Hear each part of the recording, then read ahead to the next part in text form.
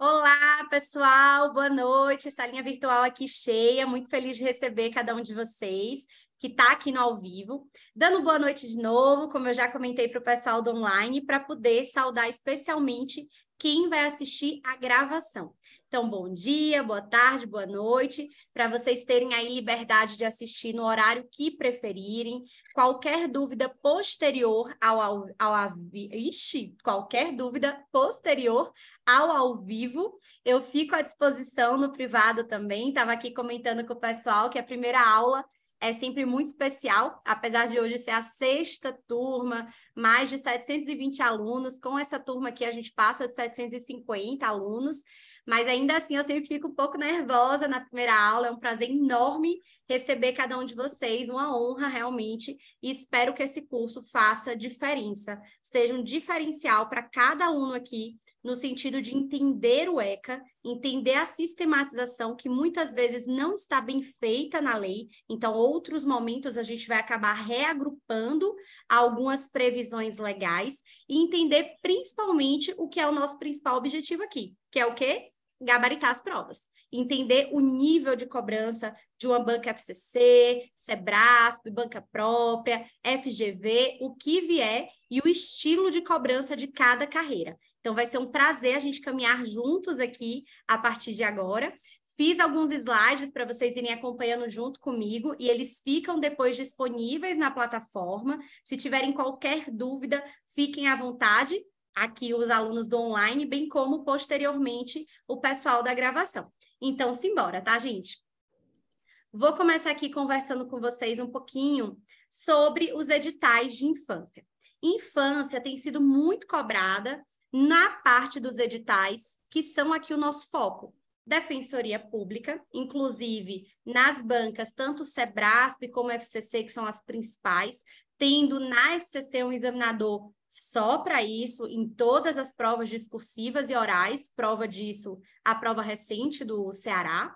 Nas provas de magistratura, que essas realmente costumam ter um nível de cobrança um pouco mais baixo, não na quantidade de questões, mas com questões ali mais focadas na lei seca mesmo, na previsão do ECA de uma forma um pouco mais tranquila, no máximo ali ECA, SINASE e algumas previsões do CNJ, de provimentos ou recomendações do CNJ, que a gente também vai trabalhar aqui, e no Ministério Público. Então, nosso curso é focado aqui para essas três carreiras principais de membro, e a gente vai trabalhar bem os assuntos correlatos. Então, vamos comigo, vou começar compartilhando com vocês os slides do nosso primeiro módulo. Vou precisar do pessoal aqui do ao vivo que me confirme quando os slides estiverem aparecendo para vocês, se vocês vão estar vendo os slides aqui em compartilhamento. Então, galera do chat aí do ao vivo, me deem um ok, uma confirmação de que já está aparecendo. Galera já disse aqui que está aparecendo nossa capinha, né, padrão aqui da turma de infância, e a gente vai começar a trabalhar algumas coisinhas juntos aqui da parte internacional, dos diplomas internacionais que envolvem o direito da criança e do adolescente. Nosso curso, gente, tem basicamente 4 módulos. O primeiro módulo, a infância na normativa internacional. Então, a gente vai trabalhar os precedentes, a questão ali da Declaração dos Direitos da Criança, da Convenção dos Direitos da Criança, dos tratados específicos e inespecíficos nesta primeira parte e como isso influenciou o nosso ordenamento interno, tá? A gente vai ter uma segunda parte, que é a parte mais longa, que é a parte cível ou protetiva, em que a gente vai conversar sobre medidas de proteção, sobre prevenção, sobre lazer, respeito, trabalho, enfim, sobre todos os pontos ali da infância que não sejam infracionais. Então, é quase que um conceito por exclusão, tá? Nossa terceira parte aqui de estudo é justamente a parte infracional. Então, a gente vai conversar sobre todo o fluxo do ato infracional, do processo de apuração desse ato infracional, como acontece desde o ato até a finalização, por uma sentença ou por um recurso, enfim, até o trânsito em julgado e a parte de execução com base no SINASE também. Então, a gente vai do começo até o finalzinho e com alguns aspectos práticos. Como é que funciona a internação, como é que funciona a semi-liberdade, como muda ali de medida socioeducativa para progredir ou para ir para uma medida mais gravosa. Vamos conversar sobre todos esses temas no nosso terceiro módulo. E o quarto módulo, ele é um módulo que eu digo que é o mais aprofundado mesmo, porque geralmente é o módulo que vocês não estudam sozinhos.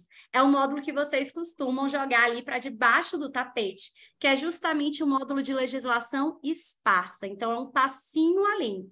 A gente vai trabalhar a parte da assistência social, a tipificação dos serviços socioassistenciais, a parte de leis de diretrizes e bases da educação, qual a idade para estudar, qual a idade obrigatória, quais os níveis de ensino segundo a nossa Constituição e a Lei de Diretrizes e Bases. A gente vai trabalhar a questão da infiltração policial, a gente vai trabalhar o aspecto aqui das alterações trazidas pela lei Henri Borel, né, do caso de uma violência doméstica contra a criança e quais os resultados disso na nossa legislação. A gente vai trabalhar também, gente, a parte dos provimentos e recomendações mais importantes do CNJ, do CONANDA. Então, essa vai ser a nossa divisão básica aqui para fins de ensino, de estudo na parte da infância, tá? A aula de hoje é o nosso pontapé, é a parte do direito internacional. Sei que para muitos de vocês, principalmente quem não gosta muito de direitos humanos, pode ser um pouco chatinho, porque a gente vai entrar em muitos detalhes aqui dos tratados internacionais. Mas é essencial que vocês compreendam essa parte para conseguirem entender a evolução lá para frente, quando a gente estiver trabalhando o ECA, e também o SINASE, até porque a gente vai fazer aqui um comparativo do SINASE, do ECA, com a parte de diretrizes de RIAD, de regras de Beijing.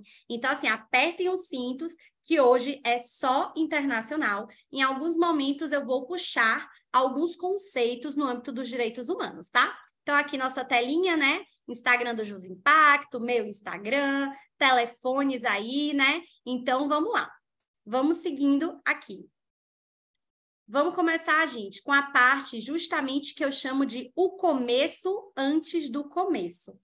Por quê, pessoal? O começo antes do começo. Porque essa é a parte que não costuma cair tanto em prova.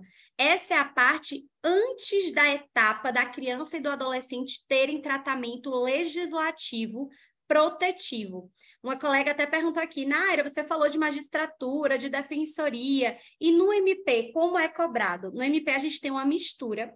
Eu colocaria numa escala de nível de aprofundamento, hoje, as provas com nível mais pesado de cobrança de infância e de legislação esparsa são as provas da Defensoria, depois do Ministério Público, até porque estão diretamente imbrincados, né? A Defensoria na defesa, no caso de um ato infracional, o Ministério Público ali procedendo à representação, então o Ministério Público tem uma atuação muito forte, inclusive para as infrações administrativas também, inclusive para a persecução penal dos crimes contra crianças e adolescentes também. Então, o Ministério Público estaria aqui nesse segundo degrau e acima, no sentido de colocando inversamente a complexidade, as provas de magistratura. Hoje, eu entendo que as provas de magistratura sobre infância são as mais tranquilas e num nível muito mais pesado, Ministério Público e Defensoria. Se as de magistratura são as mais tranquilas, por que fazer esse curso, você que está estudando aí para magistratura? Porque elas têm sido as mais tranquilas, principalmente em âmbito de primeira fase. Mas no âmbito de uma segunda fase, ou mesmo de uma prova oral, é preciso saber um pouco mais do que o ECA decorado. É preciso realmente entender o fluxo. Como é que vai acontecer uma audiência de apresentação? Onde é que vai acontecer a questão de um depoimento especial? Tudo isso é presidido pelo juiz. Então, daí porque esse curso é importante para uma segunda fase de magistratura, para uma prova oral de magistratura, e quanto antes você antecipar esse conhecimento, melhor para gabaritar as provas de magistratura que tem essa cobrança da parte de infância. Eu digo isso porque uma das mais recentes, né, que tivemos foi o TJDFT, e assim, a cobrança de infância tranquila, assim, gabaritável, tranquilamente, tá? Mas às vezes ali na segunda fase, na prova oral, a gente tem um apertinho a mais do aspecto prático, inclusive do conhecimento, principalmente nessas normas um pouco mais novas, né, relativamente mais novas, de depoimento especial, que tem ali uma raiz num provimento do CNJ, por exemplo. Então, é importante estar ligado em todos esses detalhes, tá? Voltando aqui, por que eu digo que isso é o começo antes do começo? Essa parte, ela não é tão cobrável em provas, tá? Por quê? É a parte que a gente tem antes dos momentos protetivos da infância. Na infância, a gente tem basicamente 3 momentos, né? Pela maioria aí da doutrina, que seria o momento da indiferença, então, em que basicamente não se tratava sobre criança e adolescente, que é exatamente esse momento aí desse slide.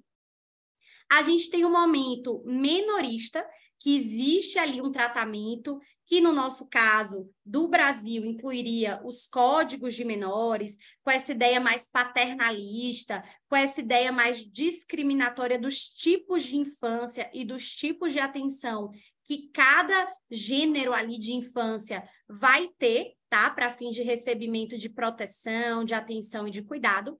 E a gente teria a terceira etapa, que seria a atual, que é justamente a etapa protetiva. Então, a gente vai começar aqui por essa primeira etapa, que é o começo antes do começo. Gente, antigamente, a gente não tinha ali proteção da criança e do adolescente. Aqui eu vou usar principalmente o termo criança, que é o termo utilizado no âmbito internacional. Mas é um curso aprofundado, então vocês sabem, obviamente, que a gente tem a criança, que é aquela que tem até 12 anos incompletos no âmbito interno, e que a gente tem o adolescente, que é aquele que vai dos 12 anos, né, aos 18 incompletos. Para fins internacionais, não é feita essa diferenciação. Os diplomas, os tratados vão sempre falar de criança como aquelas que têm abaixo de 18 anos, até 18 anos incompletos. No começo, antes do começo, a gente está falando, gente, de uma etapa em que a criança não tinha um olhar para ela. Perceba, não é nem a questão de ter um olhar protetivo ou um olhar mais atencioso, menos discriminatório. Não, ela simplesmente não era sequer observada. Então, ou ela era tratada como uma coisa, como realmente ali um objeto, ainda que dotado de vida, então ela era tratada como uma coisa, ou ela recebia um tratamento idêntico, pessoal, a de um adulto, inclusive para responsabilizações ali de cunho criminal, de responsabilização por atos ali indevidos. Então, a gente tem essa fase que é a da indiferença. E ela ocorre principalmente ali durante a Revolução Industrial, em que, obviamente, se precisava de quê? Muita mão de obra. E aí vocês já devem ter visto, né? Quando a gente fala de Revolução Industrial, tem até umas peças inglesas que sempre mostra ali os limpadores de chaminé, né? Mas, enfim, serviam para várias atividades, mostrando crianças muito pequenas trabalhando no período de Revolução Industrial, inclusive entrando em máquinas que os adultos não conseguiam entrar e que sim utilizavam crianças para se encaixarem ali e servirem como mão de obra. Então, daí porque não era interessante se trabalhar a ideia de uma proteção à infância nesse momento, tá? A gente tem um marco muito importante que não muda tudo ainda no âmbito da infância, tá? Vou deixar aqui um pouquinho maior, sem compartilhar o slide, para a gente ficar ainda conversando. A gente tem o caso Mary Ellen, certo? Que é muito anterior às nossas normativas internacionais, mas que uma criança ali, uma moça de menos de 18 anos, né, na faixa, na verdade, para a gente hoje da adolescência, ela sofria muitos maus tratos familiares, muitos maus tratos, principalmente do seu pai. E, de repente, ali uma religiosa que passava por perto da casa dela e via ali aqueles gritos, né, indignada, resolveu fazer alguma coisa. Procurou ajuda para proteger a Mary Ellen, só que tinha um problema. Não tinha norma de proteção a Mary Ellen. Então, essa senhora teve que recorrer a quê? a uma associação de proteção dos animais contra maus tratos. Daí porque esse caso da Mary Ellen é um marco muito interessante, porque mostrava a plena e total indiferença. Percebam que essa criança, essa adolescente, ela foi tratada ali e protegida com base numa lei que cuidava de animais maltratados. Então, esse caso deixa muito claro como era o posicionamento da época para a criança e para o adolescente, que era realmente tratado como coisa ou igual ao adulto. Os animais tinham um tratamento mais específico, legal e protetivo do que as crianças. Daí porque esse marco do caso Mary Ellen, e depois disso começam a surgir outras associações, agora sim, com foco na criança, e inclusive começam a surgir ali tribunais menoristas, e isso vai se desenvolvendo para a gente passar da etapa da indiferença para a etapa de realmente existir algum tratamento destinado a essas crianças ou adolescentes. Então, quando a gente está ali falando mal do tratamento menorista, da etapa menorista, realmente hoje, na ótica da proteção integral, é um absurdo. Mas quando se compara com a etapa da indiferença de crianças ali trabalhando igualmente a homens adultos ou respondendo a penalidades como adultos e não tendo um tratamento nem mesmo sob o olhar ali comparativo que os animais recebiam, já é uma evolução, tá? Então, é muito importante que vocês imaginem esse contexto internacional, como a coisa foi evoluindo de um aspecto de revolução industrial em que as crianças trabalhavam, tal qual os adultos, em trabalhos ali, né? Tudo que não pode hoje, perigosos, insalubres, penosos, noturnos, e isso foi evoluindo para ter algum tipo de atenção. E aqui, gente, eu destaquei para vocês, já eu coloco o slide de novo, a questão das normas da OIT. Depois aí desse período de Revolução Industrial, criada a OIT em 1919, salvo engano, criada a OIT, ela já chega ali com algumas convenções disciplinando o melhor tratamento para fins de trabalho. Inclusive, 2 dessas convenções abordam a questão da criança. Então, se vocês observarem, uma das primeiras normas que tivemos que falam de alguém menor de 18 anos com viés protetivo vem da Organização do Trabalho, para vocês verem como que a gente estava naquele período ali, tá? Então, observem essa evolução. A partir daí, a coisa vai evoluindo e começamos a ter realmente alguns diplomas que passam a referenciar e tratar de forma um pouco mais clara a questão específica da criança. E no âmbito aqui internacional, sempre que eu falar de criança, vocês vão pensar em criança e adolescente, certo? Voltar aqui a compartilhar com vocês o slide. Então, observem aqui os marcos que a gente comentou. Revolução Industrial, caso da Mary Ellen em 1875 e a criação da OIT, memória tá boa, em 1919, o primeiro tratamento ali de infância. Não se apeguem muito a isso, porque, como eu disse, essa parte não seria alvo de uma cobrança em prova objetiva, discursiva. Tem uma discussão se isso seria um discurso claro, oficial ou não declarado, de que, na verdade, a proteção das crianças não foi tão assim pensando em protegê-las, mas sim porque o formato comercial do período mudou. Enfim, vamos entrar agora na parte que realmente importa para vocês. Agora sim, os precedentes históricos mais conhecidos e declarados. O primeiro precedente histórico de relevância que a gente tem após aquelas normas da OIT é a Carta da Liga das Nações Unidas, que já fala ali um pouco sobre criança, mas observe, é um diploma inespecífico. Aqui embaixo eu até coloquei para vocês, a gente tem diplomas específicos e inespecíficos. Quais são os inespecíficos? Os que tratam de várias coisas, inclusive citam ali a criança, né? No caso, criança e adolescente, mas no âmbito internacional, a criança. É o exemplo da Carta da Liga das Nações Unidas. Já existe ali uma menção à criança em 1924. Quando é que a coisa fica realmente mais interessante? a partir, gente, da Declaração Universal dos Direitos da Criança. E essa daqui a gente vai passar a esmiuçar junto com a Convenção Internacional sobre os Direitos da Criança. Então, a DUDC, que é a Declaração Universal dos Direitos da Criança, é o primeiro documento de grande relevância específica que surge para falar da criança. Esse nome deve ser familiar para vocês, né? Por quê? Porque parece muito com a Declaração Universal dos Direitos do Homem. Então, enquanto em 1948 a gente teve a Declaração Universal dos Direitos do Homem, em 1959, ali 11 anos depois, surge uma declaração para especificar a do homem, tratando da criança, dos direitos da criança. Vamos falar aqui a parte boa e a parte ruim desse diploma, tá? Qual que é a parte boa, pessoal? É que é o primeiro documento que trata da criança de modo específico, é um documento ali que vem só para falar da criança, e ele já traz o que a gente chama do embrião da proteção integral.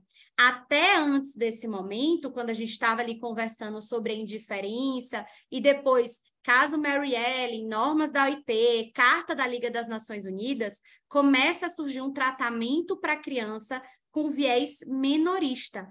Já a Declaração Universal dos Direitos da Criança é o primeiro documento que passa a olhar a criança como um sujeito de direitos, que passa a trazer ali vários direitos, inclusive, gente, o direito ao amor e à compreensão e estar no seio da sua família natural. Então, por isso a gente diz que outro avanço dessa declaração, além da previsão específica sobre crianças, é justamente essa ideia de uma proteção integral, de já trabalhar realmente a criança como sujeito de direitos, tá? Ela tem proteção integral, mas agora vamos falar das desvantagens. Ela traz 10 princípios super interessantes quanto à criança, ligada a nome, saúde, tratamento especial para ali crianças com deficiência. No termo da declaração, eles ainda usam, né, com necessidades especiais, mas lembrar que o termo adequado hoje, depois do Estatuto da Pessoa com Deficiência para o âmbito interno e para provas, é de pessoa com deficiência. Então, traz vários avanços. Mas qual o problema? Essa declaração, gente, ela tem natureza soft law, ou seja, ela não tem mecanismos de obrigação quanto aos países, aos estados. Ela não tem propriamente, inclusive, um aspecto de ratificação e entrada de estados, e ela não tem ali mecanismos como comitês, mecanismos de relatórios, ou seja, ela é uma declaração não cogente, o que a gente chama em direitos humanos de soft law. Ela é uma declaração linda, porém não obrigatória. Linda, porém muito mais programática, interpretativa, um comando muito mais moral do que propriamente legislativo, no sentido de ser um tratado a ser seguido de modo obrigatório, certo? Então, esse é o grande problema da Declaração Universal dos Direitos da Criança. Não tem caráter cogente, é soft law, é meramente programático, 10 princípios lindos sobre proteção integral que não podem ser realmente cobrados e impostos, tá? Depois disso, agora sim, a gente tem a Convenção Internacional sobre os Direitos da Criança. Se vocês repararem, 30 anos depois. Então, 30 anos depois, surge um documento específico para a criança e que fala propriamente aqui da criança como um ser que goza de direitos, né, como sujeito ali de direitos, sob o manto da proteção integral, duas características que a declaração já tinha, mas agora qual que é a terceira? É cogente. Então, é uma norma que realmente vai ter todo o procedimento de interesse, assinatura, internalização. No caso do Brasil, promulgação. Então, agora sim, a gente tem um documento efetivo que traz a proteção integral com mais normas ainda e agora de forma cogente, inclusive depois tendo protocolos facultativos e formas bem eficientes de fiscalização. A própria convenção, gente, já traz o comitê. Cuidado para vocês não confundirem. Muita gente pensa, Terceiro protocolo facultativo, comitê. Cuidado, esse terceiro protocolo facultativo que a gente vai trabalhar já já é um comitê para tratar das petições individuais. Mas o comitê já existe desde o início da Convenção Internacional, sendo que ali poderia, né, ir ao comitê o Estado parte que ratifica, tá? Então, a gente tem esses diplomas protetivos específicos, vamos tratar também de RIAD, Beijing, convenção relativa aos aspectos civis do sequestro internacional, as questões de AIA para fins de facilitação da adoção internacional. Vamos passear por tudo isso, que são diplomas específicos, mas nunca se esqueçam dos inespecíficos. O que é isso? A gente tem proteção da criança na Convenção Interamericana dos Direitos Humanos, mas é inespecífico, não é um tratado que surge para tratar só da criança, trata da criança também, quanto ao direito ao nome, à família, educação conforme os valores dos pais, mas é um tratado inespecífico também, muito importante, tá? Vamos seguindo aqui, pessoal. Declaração Universal dos Direitos da Criança. Feito esse panorama básico, o que é que a gente tem que saber de principal dessa declaração? Como eu já disse, ela é posterior à Declaração Universal dos Direitos do Homem, ela ratifica essa vulnerabilidade, traz a criança como sujeito de direitos, e por isso a gente diz que é o quê? O embrião da proteção integral. O grande problema é que não traz mecanismos, é soft law, os princípios são morais ou programáticos. Quais são esses princípios? Destaquei aqui os mais importantes para vocês. São 10 princípios básicos. É realmente assim organizado. Primeiro princípio, segundo, terceiro. É uma listinha com 10 princípios. A gente tem o da não discriminação, o do superior interesse, registrem isso. O superior interesse, ele é previsto desde a Declaração Universal dos Direitos da Criança. Por que eu estou falando para vocês registrarem isso? Porque no ECA só é implementado muito depois. O nosso ECA é de 90 e não vem a ideia do superior interesse. Só vem lá para os idos dos anos 2000. Guardem essa informação, que a gente vai discutir um pouquinho mais sobre isso. Mas é muito importante vocês saberem que não foi por um desconhecimento ou por uma inexistência desse princípio. Esse princípio do melhor interesse ou do superior interesse já tinha previsão desde a Declaração Universal dos Direitos da Criança. Ele só vem lá para os anos 2000, para o ECA, por outros motivos estratégicos ligados a uma visão de proteção integral, para dar menos liberdade para o juiz. Mais para frente a gente comenta, mas vejam que ele já vem aqui, ó, desde a Declaração Universal. Tem os princípios ligados a nome, nacionalidade, alimentação, moradia, saúde, educação gratuita e compulsória no primeiro grau, proteção das pessoas, aqui no diploma é trazido como necessidades especiais, mas já disse para vocês, o adequado é pessoa com deficiência, tá? O direito ao amor e à compreensão dos pais e da sociedade, a prioridade no atendimento, que a gente tem até hoje, né? Artigo 4º ali, a questão da absoluta prioridade. A questão da família natural, como prioritária também, salvo determinadas exceções. O trabalho de modo não precoce e a não exploração da criança. O Brasil adotou, gente, a Declaração Universal dos Direitos da Criança? Apesar de não ser um diploma no sentido de ratificação, de ser cogente e tudo mais, a gente diz que o Brasil, a priori, não adotou. Por quê? Vamos lembrar aqui? É de 1959. E o Brasil, em 1979, ou seja, 20 anos depois da declaração, lançou mais um código menorista, que não trazia esse melhor interesse, que não trazia essa proteção integral, que não trazia essa questão do amor, da compreensão, da possibilidade ali da criança como sujeito de direitos. Então, por isso, a gente diz que o Brasil não adotou de imediato o que veio através da Declaração Universal, que esses princípios, apesar de conhecidos, não foram inicialmente adotados na legislação pátria, tá? Então, é preciso ter esse cuidado. Já a Convenção Internacional, que a gente já estava comentando antes também, é uma evolução, vem 30 anos depois da Declaração Universal e trabalha o interesse superior, de novo, que não foi trazido de imediato no ECA, tá? Trabalha a proteção integral e só para fins de curiosidade, ele é o diploma mais ratificado do mundo. Quais são os diplomas internacionais menos ratificados do mundo? Vamos ver aqui se alguém no chat acerta quais os diplomas que, em oposição ao da criança, que é o mais ratificado, são os diplomas ali com baixo número de ratificações. Dou-lhe uma, dou-lhe duas, vamos ver se alguém arrisca. Natália, Marília, Tiago, alguém arrisca qual o diploma que tem menos? Exatamente, a Laura acertou.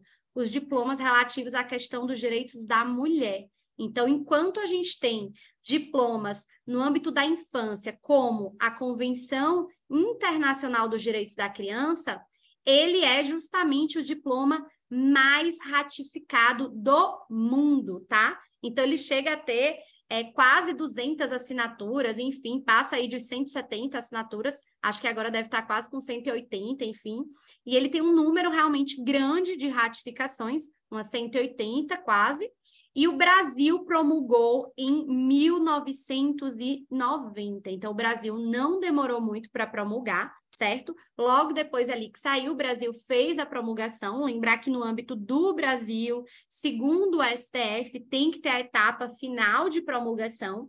Por que que eu estou dizendo isso? Apesar daqui não ser aula de direitos humanos, que a gente vai precisar dessa informação quando a gente for trabalhar os protocolos facultativos, tá? Então, o que é que essa convenção diz? Gente, vou dar uma conversada aqui, gosto de olhar para vocês, então vocês vão me ver o tempo todo fechando slide, abrindo slide, que depois eu revendo minhas próprias aulas, eu fico, nossa, eu pareço tão pequenininha, eu quero bater papo aqui e conversar. Vamos lá. O que é mais importante dessa convenção, gente? Primeira coisa, ela não diferencia criança de adolescente. O que é que isso quer dizer? Como ela não diferencia criança de adolescente, todos abaixo de 18 anos são tratados como crianças. Então, toda vez que vocês virem criança, ele está falando tanto de criança quanto adolescente para o nosso âmbito interno. Então, a convenção diz que abaixo de 18 anos ou até 18 anos incompletos, do jeito que vocês preferirem, é criança. Agora, tem uma exceção. Salvo se a legislação interna der uma idade diferente para fins de alcançar a maioridade. Isso quer dizer o quê? A convenção diz que são 18 anos. Abaixo de 18 anos, criança ainda. Mas se um determinado país disser, aqui no meu país, a maioridade se atinge aos 17 anos, aí a convenção permite excepcionar no âmbito interno. Entenderam? Regra até os 18 anos incompletos. Mas isso não impede que cada país ali especifique uma idade menor para fins ali de responsabilidade, tá? Então, essa maioridade civil, ela pode ser alcançada antecipadamente. E aí, não necessariamente esses 18 anos vão se aplicar de modo ali imediato como uma forma de atingimento da maioridade para fins da convenção, tá? Então, de novo, ela ocupa ali a regra dos 18 anos incompletos, mas ela deixa uma margem para que os estados possam trazer uma regra um pouco menos protetiva. E, óbvio, mais protetiva com mais razão ainda, né? Então, fiquem atentos a essa questão, porque idade em questões de prova é o ponto mais importante. Então, até 18 anos incompletos é criança. De novo, qual o avanço? Tem força cogente, então tem mecanismo ali do tipo comitê para fins de fiscalização, com relatórios tanto dos estados quanto dos demais relatórios vindos, que a gente chama de relatório sombra, né, que chegam ali para a instituição, não necessariamente de modo formal. Então, tem toda essa fiscalização, que é o que reforça o poder dessa Convenção dos Direitos da Criança, tá? Gente, qual o status dessa convenção? O pessoal do ao vivo vai ser obrigado a participar. Então, qual é o status dessa convenção? A gente sabe que no Brasil a gente tem status de normas que são equivalentes à emenda constitucional, de normas supralegais e de normas ali com o teor equivalente à da legislação comum ordinária. E aí, essa convenção, ela tem que status? O que é que vocês acham? Por quê? Ela é o quê? Ela é supralegal? Ela é equivalente à emenda? Ou ela é ordinária? Supralegal, né, pessoal? porque ela está acima da lei, mas ela está abaixo da Constituição, tá? Renata fez uma ressalva aqui importantíssima, que para a querida Flávia Piovesan, me fazendo de íntima, que para Flávia Piovesan teria status constitucional, se a gente pensar como algo ligado ali a um trapézio, né, ligado às normas. Super legal isso para direitos humanos, mas para fins de infância, gente, e para fins de STF, a gente adota ali a questão piramidal mesmo, né, Kelsen, com força, de modo que a gente vai ter os tratados de direitos humanos que não forem ali votados no rito do artigo 5º, parágrafo 3º, que é o que traz a questão da equivalência da emenda constitucional e tudo mais, a gente vai ter status meramente supralegal. É o caso dessa norma. Inclusive, porque, pessoal, lembrem-se que essa norma é de 1990 para fins do Brasil, da aprovação do Brasil com promulgação, e essa reforma do judiciário que permite normas equivalentes à emenda só vem em 2004. Então, aí, juntando até a crítica da nossa amiga Renata, junto com a Flávia Piovesan, teria essa questão de, poxa, como é que ele ia aprovar por emenda se nem existia esse procedimento à época? Mas é o que prevalece, status supralegal. Qual a importância disso? Que se o ECA viesse a ser alterado ali, trazendo outras previsões diferentes e incompatíveis com a Convenção Internacional dos Direitos da Criança, o ECA se tornaria não apenas inconvencional, mas também teria algum problema ali quanto à sua eficácia, se a gente pensar no aspecto paralisante pela hierarquia da supralegalidade, tá? Então, lembrem desses detalhinhos aqui. Além disso, pessoal, voltar aqui a compartilhar com vocês, para a gente ficar meio que num bate e bola sobre a questão de infância. Mas, além disso, a gente tem os direitos próprios, né? A gente já passou pela questão de ter menos de 18 anos, dos mecanismos e do status supralegal. E essa parte aqui é muito importante que vocês saibam, comparando, inclusive, quanto aos direitos trazidos ali no aspecto da Declaração Universal, tá? Vou falar aqui os direitos e já tiro algumas dúvidas que o pessoal está mandando. Quais são os direitos trazidos pela Convenção? Os básicos, né? Vida, saúde, nome, nacionalidade, tudo que já veio ali na Declaração Universal, mas também traz previdência, direito de conhecer os pais, direito de identidade, de convivência com a família natural, de expressão em processos judiciais e administrativos, de opinião, de crença, de reunião, de não interferência arbitrária. Isso aqui a gente vai trabalhar muito, inclusive, quanto aos demais aspectos de autodeterminação, quando a gente fala, inclusive, de adolescentes, trans, enfim, né? Lá para frente a gente vai aprofundar. Do acesso à informação e aos meios de comunicação, das obrigações comuns dos pais, então, ó, também traz uma questão muito importante ligada aqui, né, ao equilíbrio entre homem e mulher, genitor, genitora, enfim, a garantia da pensão alimentícia, a proteção de maus tratos e violência, já tem que acender uma luzinha aqui para vocês, né? No âmbito da infância, do estatuto mesmo da criança e do adolescente, isso vem forte com a lei Menino Bernardo, né? Que é uma lei que trabalha principalmente a questão dos maus tratos, do tratamento ali vexatório, humilhante, da lesão ali ou do próprio sofrimento físico. Então, isso aqui é bem importante.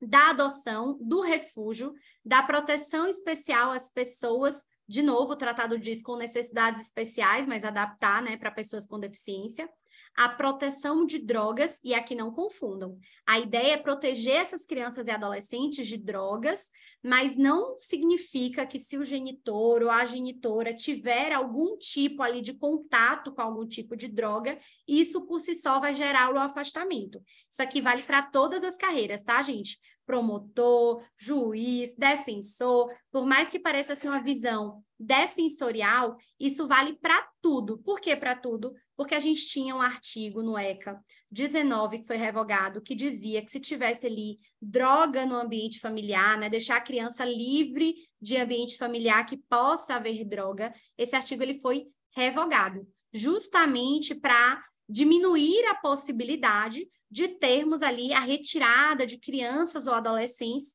por algum genitor fazer um uso recreativo, por exemplo, de algum tipo de droga, apesar de ilegal, né? não ser um motivo por si só para retirada de crianças e adolescentes da sua família natural. Além disso, traz previsão de tratamento diferenciado por infringir leis, com idade mínima, estabelecendo prioritariamente medidas não judiciais. A gente vai ver que as diretrizes de Riad vêm muito nesse sentido, e de Beijing também, de ter um tratamento muito mais na comunidade, muito menos judicializado, e a raiz está aqui, na Convenção Internacional dos Direitos da Criança, tá? Vamos lá, gente, seguindo aqui ainda sobre a convenção, certo? Antes de eu continuar, vou logo tirar a dúvida da colega, que diz que não entendeu muito bem essa questão do ECA, de como seria esse aspecto da inconvencionalidade e tudo mais. É o seguinte, gente, pensem comigo. A gente tem uma norma, que é a Convenção dos Direitos da Criança, que vocês já me disseram que tem uma hierarquia supralegal. Isso quer dizer que essa hierarquia supralegal faz com que essa convenção fique abaixo da Constituição e acima, por exemplo, do ECA, do SINASE, da legislação ordinária, certo? O que eu quis dizer é que se o ECA, por exemplo, passa por uma reforma ali legislativa e começam a mudar o ECA e tirar os direitos de opinião, de manifestação, as questões mínimas de idade mínima para o trabalho, de idade mínima para responder por ato infracional, se o ECA fosse ali depenado completamente, a gente teria um problema não só de inconstitucionalidade, quanto a nossa Constituição, que no artigo 227 traz previsões bem protetivas para a criança, mas também um problema de inconvencionalidade, porque não atenderia às regras das convenções, entre elas a Convenção Internacional dos Direitos da Criança, e até um problema, se a gente pensar nessa supralegalidade, apesar de nem sempre o STF observar isso, a gente poderia ter até um problema de eficácia paralisante. Para quem não lembra, é mais ou menos o que a gente teve com o depositário infiel, que a gente tinha aqui a Convenção Interamericana dos Direitos Humanos, a gente tinha a possibilidade legal de prisão do depositário infiel, só que a convenção não permite. Então, isso fazia com que houvesse uma eficácia paralisante da convenção sobre essa norma interna. Conseguiram entender o que era que eu estava me referindo aqui à inconvencionalidade? A gente tem os juízos de inconstitucionalidade, quando uma norma não atende à Constituição, e de inconvencionalidade, se uma norma deixar ali ou não atender a uma convenção. Então, assim, não adianta sair mudando o ECA loucamente e dizer, tá, beleza, tudo certo. Não, porque pela supralegalidade, se a gente saísse mudando o ECA, mesmo que tivesse mudança constitucional em tese, né, sem pensar em cláusulas pétreas, em não clique, etc., ainda assim a gente teria a convenção supralegal, acima do estatuto, beleza? Seguindo aqui, gente, sobre essa convenção. Ela traz restrições a direitos de forma muito pontual. Então, em regra, os direitos da convenção, eles não podem ser restritos, salvo proteção de direitos de terceiros, bem como cuidados quanto à segurança nacional, ordem pública, saúde e moral pública. Então, só esses fundamentos é que podem gerar ali uma restrição dos direitos conforme a própria convenção, certo? Além disso, ela veda a pena de morte e prisão perpétua. Foquem nisso aqui. Eu sei que está escrito, mas eu quero que vocês olhem para mim nesse momento, tá? Qual que é a diferença disso aqui? Quando a convenção diz que veda pena de morte, prisão perpétua para pessoas que cometeram delitos e elas têm menos de 18 anos, a gente precisa deixar claro que não se admite um aspecto diferenciado pelo país que seja Estado parte. O que é que eu quero dizer? Lembra quando eu falei no início que a convenção diz que criança é até 18 anos incompleto, mas se o Estado quiser, ele pode ali diminuir essa idade? Aqui não. Aqui não pode, abaixo dos 18 anos, nem pena de morte, nem prisão perpétua, e não fica essa margem para o Estado. Não pode e pronto. Então, mesmo se o Estado definir que, por exemplo, se atinge a maioridade com 15 anos, 16 anos, 17 anos, isso seria admitido pela convenção. Mas se o Estado diz que pode uma pena de morte ou uma prisão perpétua para alguém abaixo de 18 anos, isso não pode, isso estaria ferindo diretamente a convenção sob pena ali de repúdio em relatório, fiscalização do comitê. Entenderam a diferença? Então, ela traz algumas previsões que ela mesma diz. Olha, eu estou prevendo isso, a idade, né, inferior a 18 anos como criança, mas ela mesma excepciona, dizendo que o Estado pode modificar no seu âmbito interno. E outras previsões, ela diz, é assim e pronto, e não cabe alteração, diferenciação. Então, pena de morte, prisão perpétua, nunca, jamais, para quem tenha menos de 18 anos, tá?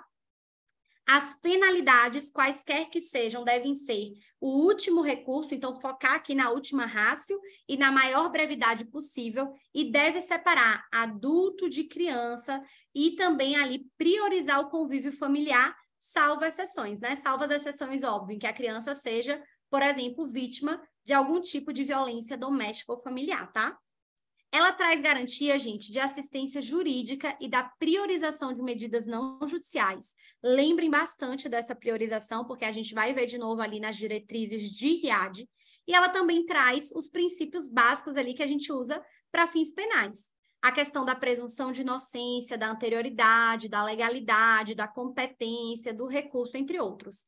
Querem ver outra previsão que ela traz para pessoas até 18 anos incompletos, mas que ela permite, deixa um espaço para o âmbito interno? Essa daqui.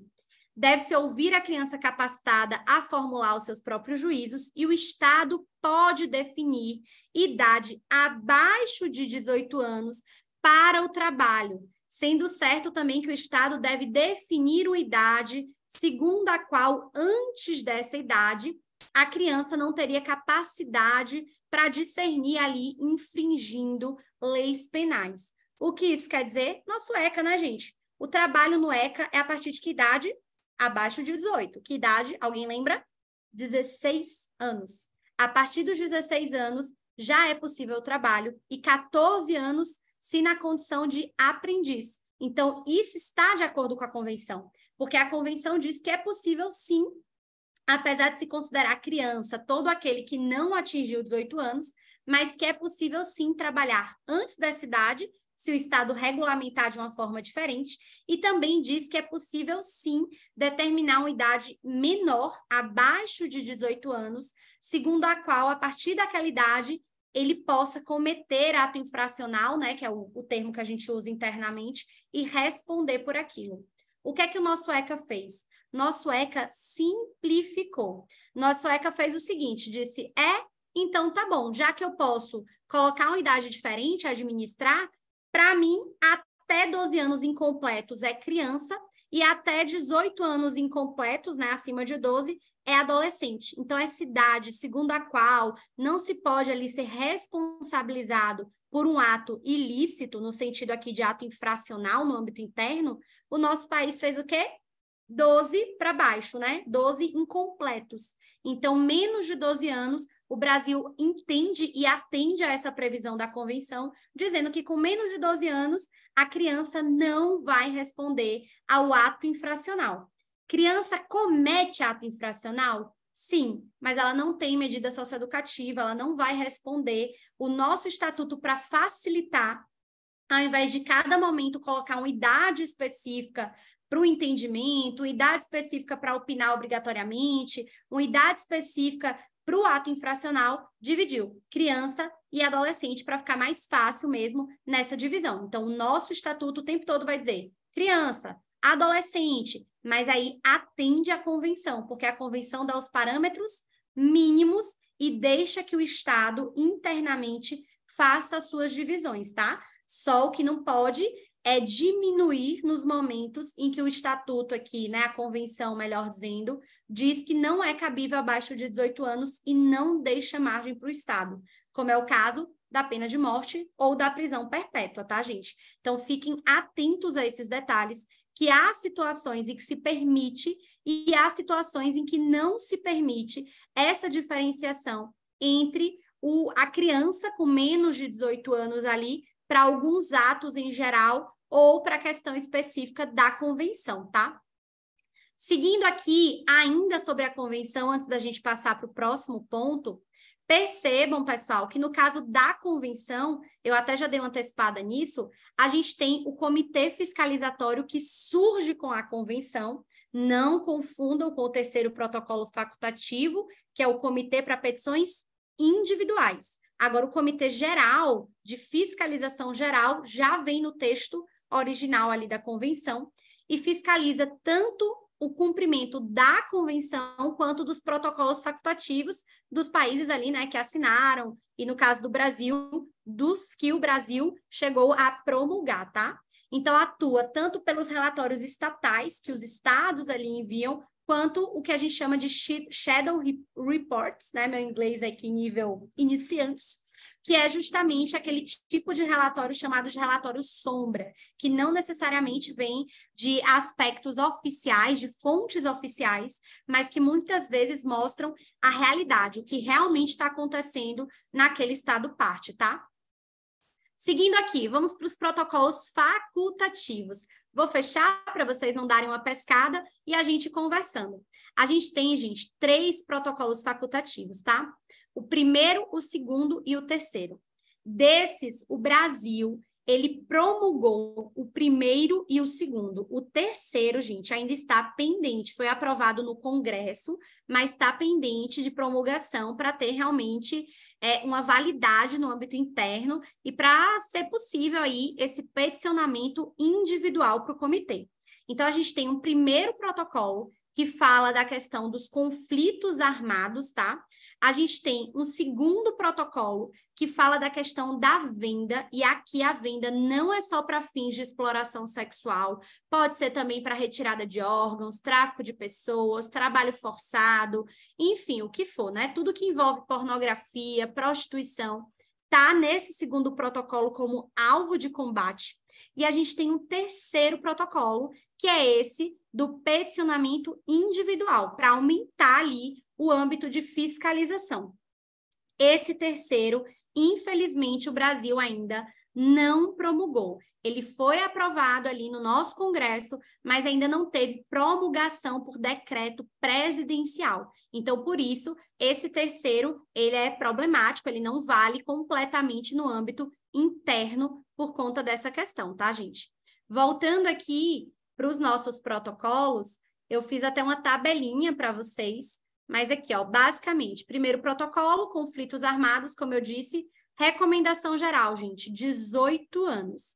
O protocolo diz que entende-se que não deve se permitir se expor ali a questões hostis de guerra pessoas com menos de 18 anos, sendo que o alistamento obrigatório só acima de 18 anos, e ali a questão do alistamento voluntário, né, ou não obrigatório, já seria possível a partir dos 15, mas que os estados se comprometem a ir aumentando essa idade para realmente tentar cumprir a recomendação dos 18 anos, tá? Então, conflito armado, evitar expor a partir dos 15 anos, sendo que de modo forçado o alistamento só com 18 anos, tá?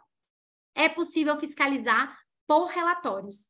O segundo protocolo, esse é muito importante, já eu faço aqui algumas ligações para vocês com relação ao âmbito interno, mas ele é muito importante porque ele combate venda, como eu disse, não só sexual, pode ser para adoção, trabalho forçado, retirar órgãos, tráfico de pessoas, o que for, prostituição e pornografia infantil.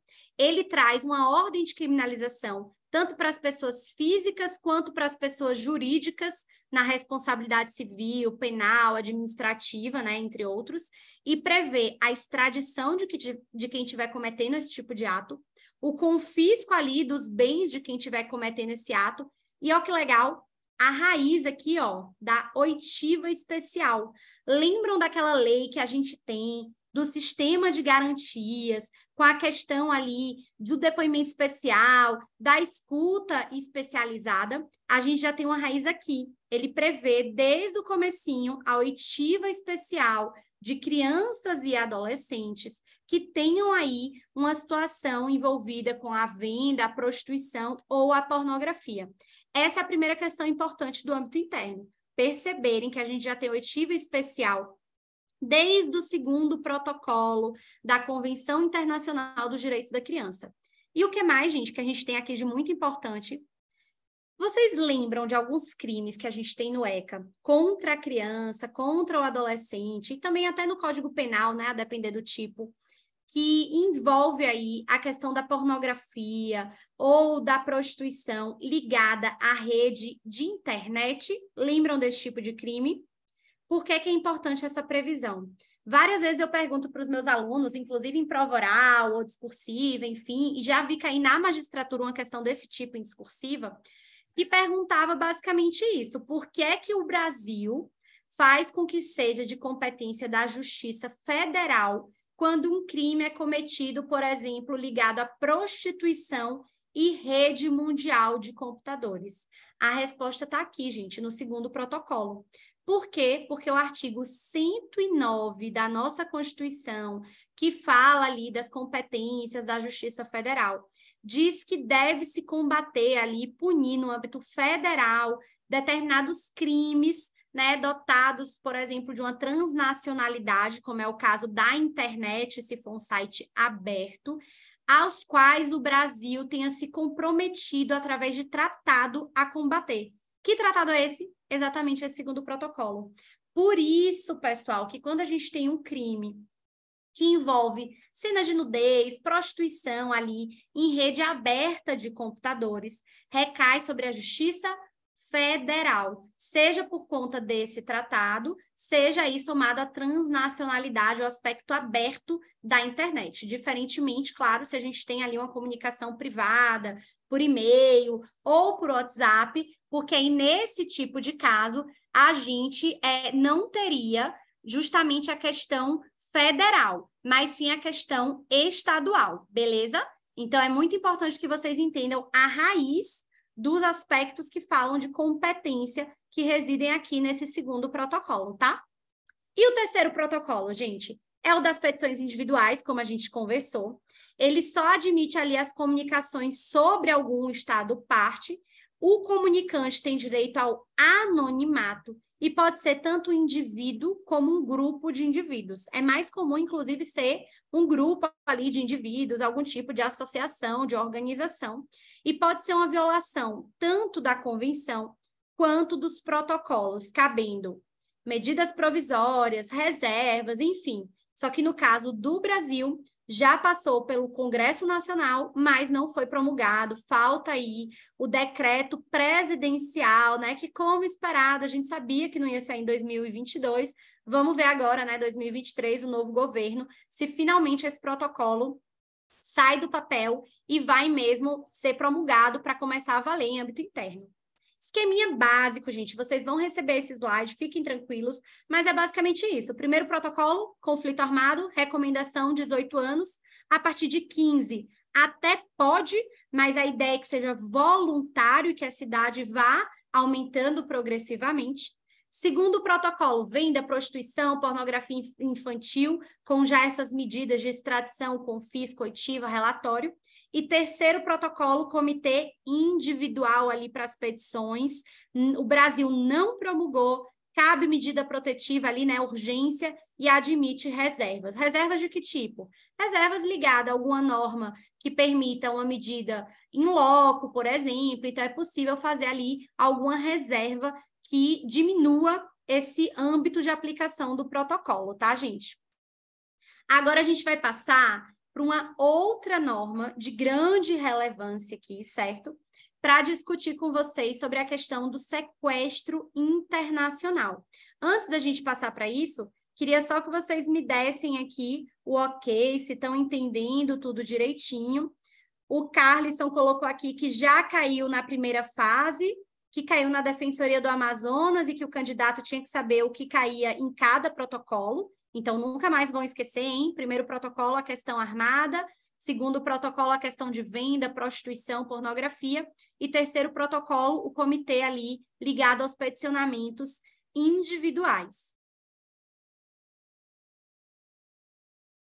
O Tenório me fez uma pergunta aqui, que nesse caso, depois eu quero saber exatamente o âmbito dessa sua pergunta específica, tá, Tenório? Porque o que é que acontece?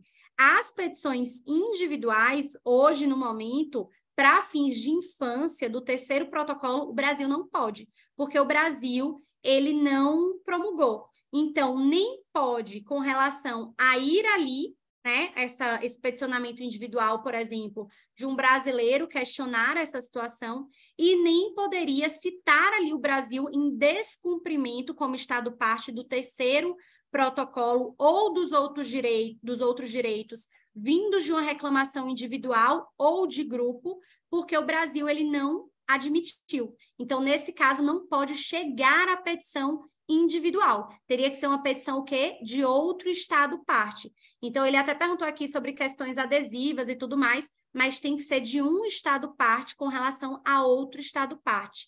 O sujeito individualmente considerado ou o grupo, que também é entendido como peticionante individual, não tem legitimidade, já que o Brasil não promulgou esse terceiro protocolo, tá? E aí uma outra aluna perguntou sobre a questão dos shadow reports. São os relatórios sombras, ou seja, eles vêm de outras fontes que não são os estados. Então, eles são os relatórios que seriam mais oficiosos e não oficiais, mas que eles trazem a verdadeira realidade do que está acontecendo. Então, podem chegar por várias fontes, relatórios ali nos comitês, nos âmbitos de fiscalização, dizendo, olha, o Estado relatou tal coisa, mas na verdade não é isso que está acontecendo. O que está acontecendo é isso, isso e isso, a calamidade assim, assim, assim. Disseram que tomaram uma medida tal, mas essa medida na prática é ineficaz. Então, são outros tipos de relatórios que não partem do Estado parte, beleza? Mas isso é muito mais um tema do âmbito dos direitos humanos, propriamente, do que do direito da infância. É só importante saber que existe esse mecanismo, né, de fiscalização através dos pontos dos relatórios, tá, gente? Então, a gente fez até aqui os aspectos mais gerais dos protocolos ligados à Convenção Internacional dos Direitos da Criança, do aspecto da Declaração Universal dos Direitos da Criança, que são aqueles tratados específicos sobre infância, mas que falam um pouco de tudo da criança, do trabalho, da família, do respeito, de tudo. Agora, a gente vai entrar em alguns tratados mais específicos. O primeiro tratado específico é o tratado, né, a convenção ligada aos aspectos civis. Por que eu chamo a atenção a isso? Aspectos civis, gente, ele não vai tratar do crime ligado ao sequestro. Ele não vai tratar de pena ligada ao sequestro. Ele não vai tratar de cooperação internacional para fins de combate criminal, penal do sequestro, tá? Então, ele só trata dos aspectos civis do sequestro internacional. Existe aí uma discussão, uma proposta, inclusive, para alteração desse nome, mas a ideia aqui de alterar é justamente porque a noção de sequestro dá um pouco a ideia de que foi retirado ali por um sequestrador, no sentido de um terceiro estranho que chega lá, tira a criança, né? Dá um pouco essa sensação, mas não é isso.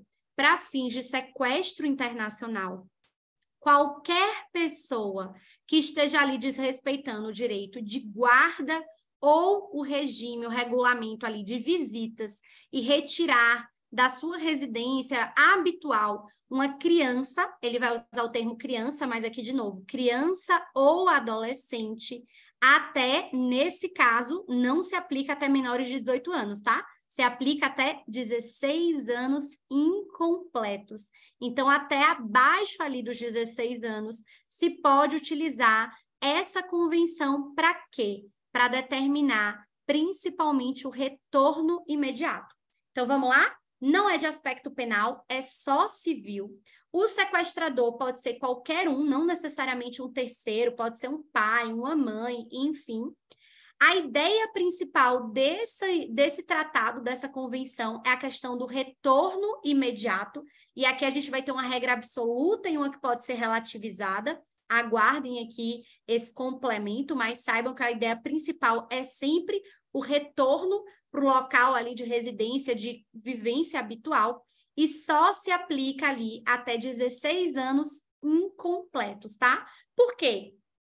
Porque é como se essa convenção entendesse que a partir dos 16 anos, ele já sabe o que fazer, onde ficar, onde quer morar, e não seria um caso de retorno imediato, mas sim de decisão daquela pessoa ali em formação, mas que já atingiu a maturidade suficiente. Então, algo muito ligado com a ideia que a gente tem de autonomia progressiva para poder realmente decidir se quer regressar ou se quer ficar no país, tá? Então, por isso que é até 16 anos incompletos.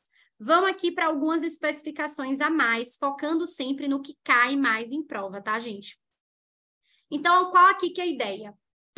Só se aplica até 16 anos incompletos. Isso cai 1.999 vezes quando cai essa convenção. Essa convenção não é tão cobrada, mas quando ela é cobrada, uma das assertivas é sempre: se aplica até pessoas de 18 anos incompletos.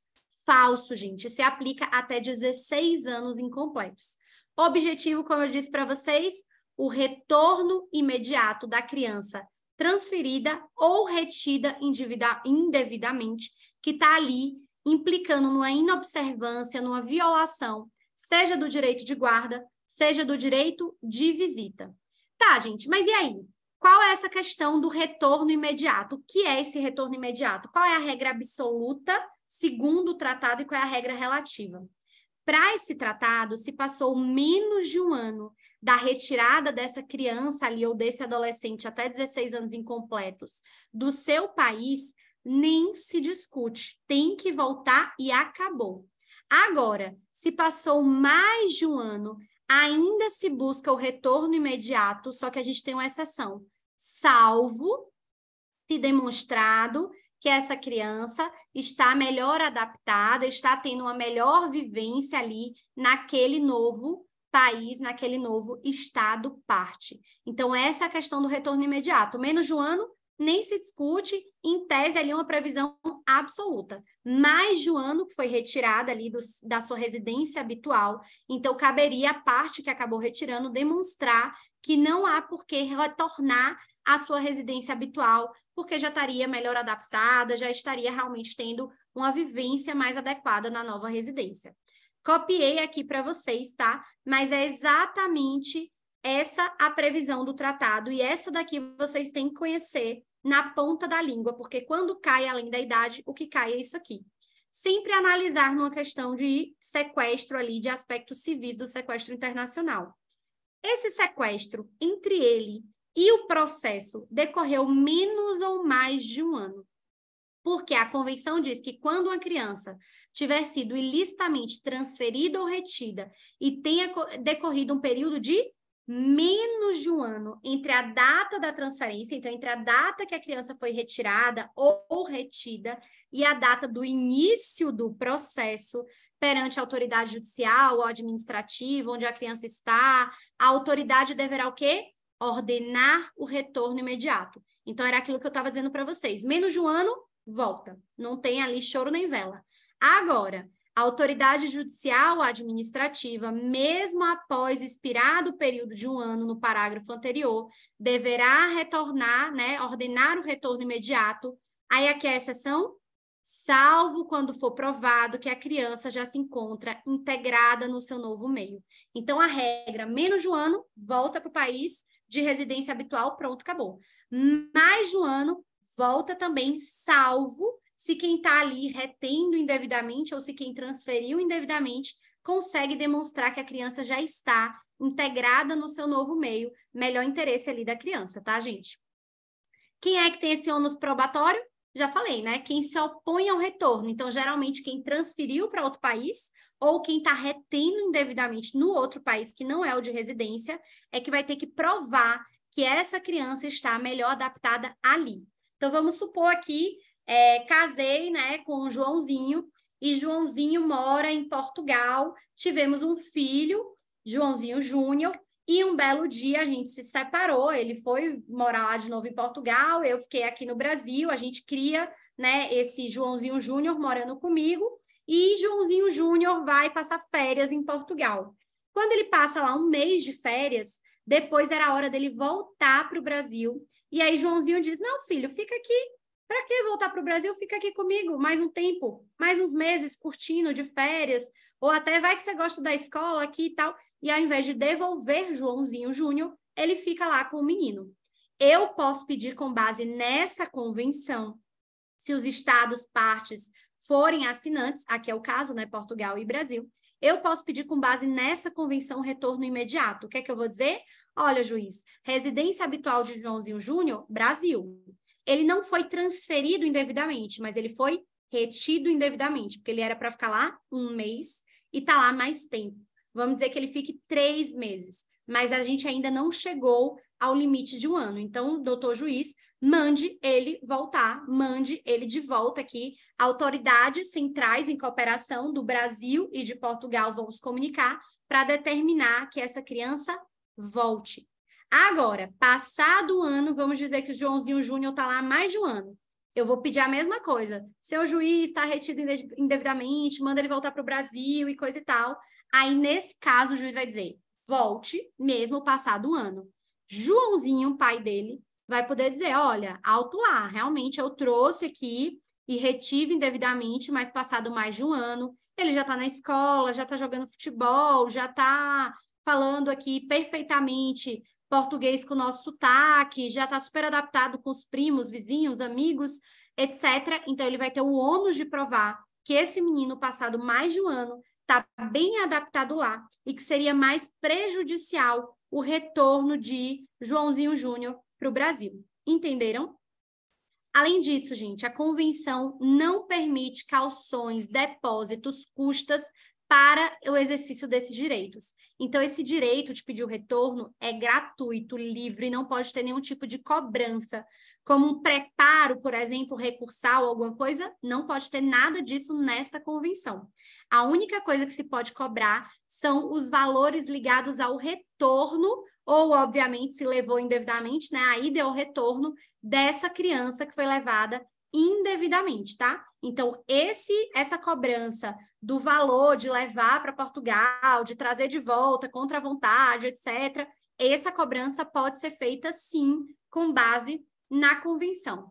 Aqui, antes da gente passar, eu queria que vocês dessem uma pensadinha.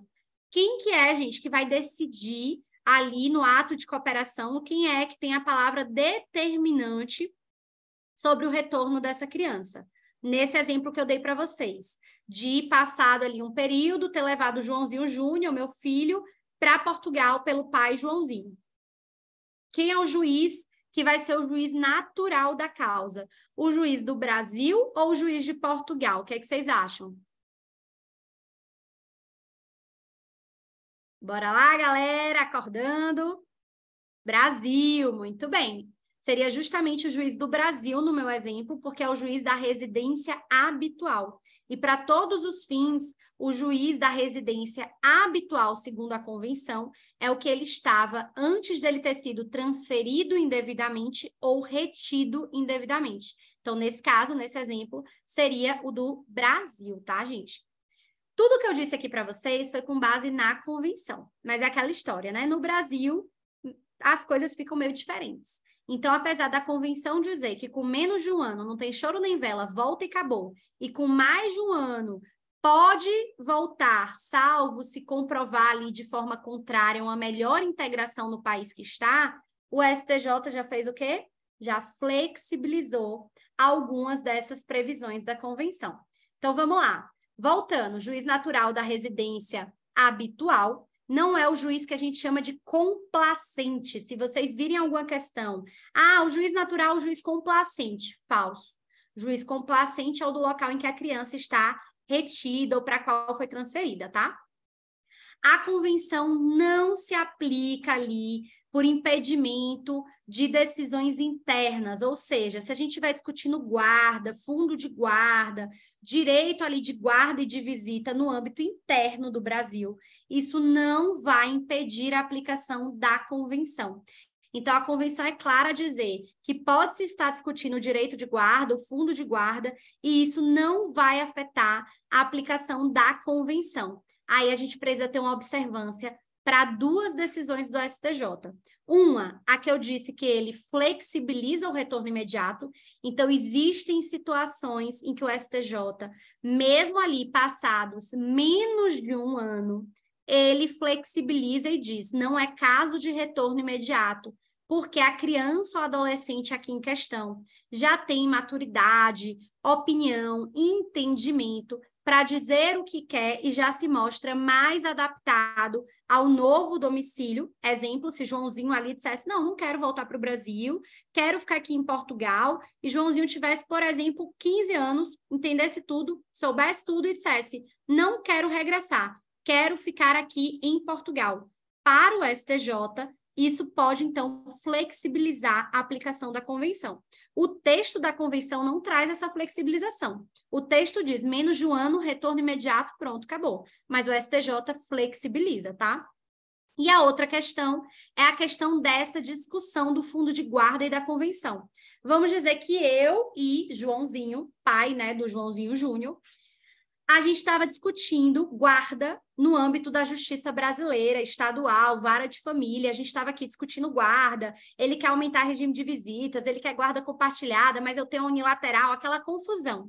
Isso chegou no STJ, e o STJ disse o seguinte, a convenção diz que a discussão de guarda de visita não interfere nas previsões e aplicações da convenção de retorno imediato para o domicílio habitual. Então, se eu tenho uma situação de guarda, de visita em âmbito interno, e tenho essa discussão que envolve dois países no aspecto cooperativo, que assinam ali essa convenção do sequestro civil, né, dos aspectos civis de combate ali a esse sequestro, o STJ entende que não haveria uma questão de conflito de competência, mas sim uma questão de uma prejudicialidade. Então, o que primeiro deveria ser julgada a questão da convenção, com base nessa convenção, para depois se analisar a questão de guarda ou de visita. Por quê, gente? Vamos explicar aqui um pouquinho melhor isso. O STJ diz que é para suspender a de guarda, de visita, do que quer que seja, e julgar primeiro essa de âmbito externo. Por que que isso acontece? Vamos supor agora, nesse exemplo que eu dei, que a guarda era minha unilateral e ele só foi lá realmente passear com o pai. O pai levou autorizado e não mandou de volta, certo? Vamos supor que eu colocasse uma ação aqui no âmbito interno de, por exemplo, busca e apreensão. Seria inefetiva, né? Porque ele está no outro país, mas ok, vamos dizer que eu entrei com a ação aqui interna, sem nem saber direito o paradeiro do Joãozinho Júnior. Vamos dizer que o pai, enquanto isso em Portugal, entrou, por exemplo, com a ação de modificação de guarda, dizendo agora, né, querendo que ao invés da guarda ser minha, fosse dele, algo nesse sentido, enfim.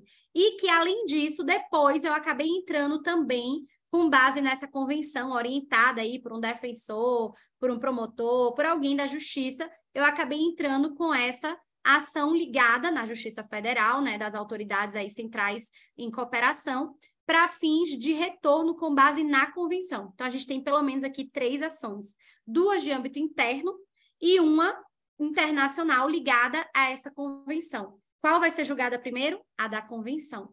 Por quê, gente? A convenção se pauta no aspecto fixado até ali, até a questão da residência habitual antes da retirada. Se depois essa guarda vai ser revista, se depois vai ter ali uma decisão que, apesar de não dar busca e apreensão, se declara que realmente teve um descumprimento, ou alienação parental, o que quer que seja, é outra questão. Então, esse é um cuidado justamente para não reter e depois lá em Portugal dizer, bom, doutor, agora eu não tenho a guarda dele, mas eu quero modificar a guarda dele a meu favor. E aí você acabaria legitimando uma guarda ali, um sequestro internacional indevido do ponto de vista civil. Por isso que o STJ diz que primeiro se analisa a questão internacional com base na convenção, para depois se analisar a questão interna, o fundo de guarda, tá, gente? Vamos aqui agora tratar de uma outra convenção. Observem que as mais importantes, né, os aspectos mais importantes são esses que eu estou trazendo aqui para vocês, tá? Então, vamos lá. Vou pausar aqui um pouquinho a questão dos slides, só para a gente bater um papo, tá? A gente já falou desses, e aqui, esse do sequestro internacional, ele também tem fixação ligada ali como uma convenção de Haia, só que não confundam. Quando vem numa questão falando de convenção de Haia, alguma coisa assim, geralmente quer se referir não a do sequestro internacional, mas a convenção que quer trabalhar ali a facilitação da adoção entre estados partes diversos que assinam a Convenção de Haia. Então, se aparecer Convenção de Haia, vocês já sabem que, na realidade, não está tratando do sequestro internacional, mas sim da adoção facilitada, tá? Vou compartilhar aqui com vocês para a gente discutir um pouquinho mais, ponto a ponto, dessa adoção internacional. Qual o objetivo dessa Convenção de Haia? Claramente facilitar a adoção, certo? Estabelecendo uma cooperação visando proteger contra sequestro, venda, tráfico de crianças, obviamente, né, prostituição, pornografia, etc., assegurando o mais facilitado reconhecimento das adoções entre cidadãos dos estados-parte. Então, por exemplo, quando os dois estados-parte fazem, né, assinam ali, ratificam, no caso do Brasil, promulgam essa convenção, que já foi promulgada pelo Brasil há bastante tempo, se facilita essa adoção internacional, se facilita a retirada de documentação, de certidão, a própria nacionalidade, se for o caso. Então, esses estados, eles devem facilitar tanto a entrada no país, quanto a permanência e a documentação. Quando os dois ali cooperam com base nessa Convenção de Haia, é muito mais simplificada a adoção internacional. A gente vai falar sobre isso ainda na parte lá cível, de proteção, mas lembrem-se que a adoção internacional é o último caminho. Primeiro a gente tenta família natural, depois família extensa, depois, se for o caso, adoção nacional, se não tiver, aí sim adoção internacional. E lembrem-se que o conceito de adoção internacional no nosso ECA é aquela adoção que se dá por um adotante ali que reside em outro país. Mesmo que ele seja brasileiro, mesmo que ele seja brasileiro. Mesmo se for um brasileiro adotando um brasileiro, se ele morar, por exemplo, na França, é uma adoção internacional para todos os fins, tá? Então, aqui a adoção, segundo a Convenção de Haia, ela gera o reconhecimento de filiação de todos os deveres de quem adota e a ruptura dos laços com genitores biológicos, se esse efeito também for previsto no estado contratante. No caso do Brasil, é previsto, porque Brasil não admite a chamada adoção aberta, em que se adota e se continua aquele vínculo, aquele contato com a família natural. No Brasil, a adoção é do tipo fechada. Adotou, está adotado, rompem-se todos os laços, apagam-se todos os laços.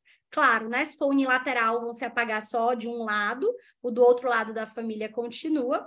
E apagados todos os laços, desaparece, né, legalmente essa estrutura familiar anterior, salvo para os impedimentos matrimoniais. Não vai poder casar com o irmão, né? Algo nesse sentido, mesmo tendo ali uma adoção que rompeu os laços. A adoção, gente, ela só pode ali ser proibida, ser recusada, se ela vier contra uma ordem pública. Então, por exemplo, se tem algo ali ligado que você percebe que é uma fraude, uma venda, uma prostituição, que vai colocar essa criança ali em risco por algum motivo, tem que se priorizar o interesse superior da criança, e aí não seria cabível essa adoção, tá? As autoridades centrais devem ali concordar se até 18 anos incompletos. Lembrem que no Brasil, a gente pode adotar, existe essa previsão para adoção, acima dos 18 anos, certo? É uma das exceções de aplicação do ECA, acima dos 18 anos, mas a Convenção de Haia ligada à adoção internacional só se aplica até 18 anos incompletos. Então, a maioria dos diplomas internacionais, a Convenção Internacional dos Direitos da Criança, a Convenção para Adoção Internacional, todas até 18 anos incompletos, né? Salvo a que a gente viu do sequestro, que são até 16 anos incompletos. Não pode ter nenhum pagamento ou compensação para adoção, mas é possível que haja algumas instituições credenciadas para fazer essa intermediação, esse contato. Então, assim, não se pode pagar para adotar. Se paga pelo serviço de intermediação, às vezes de documentação ali juramentada, pela facilitação, mas pela adoção em si não. E como vocês sabem, no Brasil, né, de forma correlata além da questão da adoção não poder ser paga. Também não se pode barriga de aluguel paga, né? Situações nesse sentido.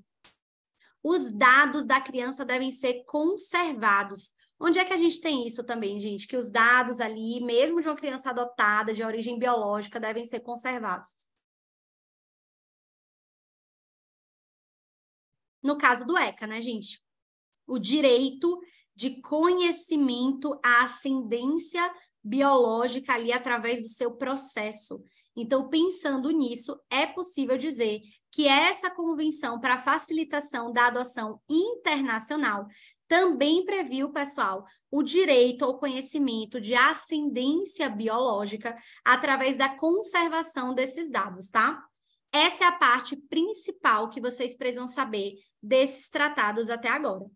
Para mim, a gente vai entrar na parte mais interessante desses tratados, juntamente com a Convenção Internacional, que eu acho que é bem interessante aquele pedaço dos protocolos, de entender ali a competência da Justiça Federal no caso de crimes cibernéticos que envolvam pornografia, etc.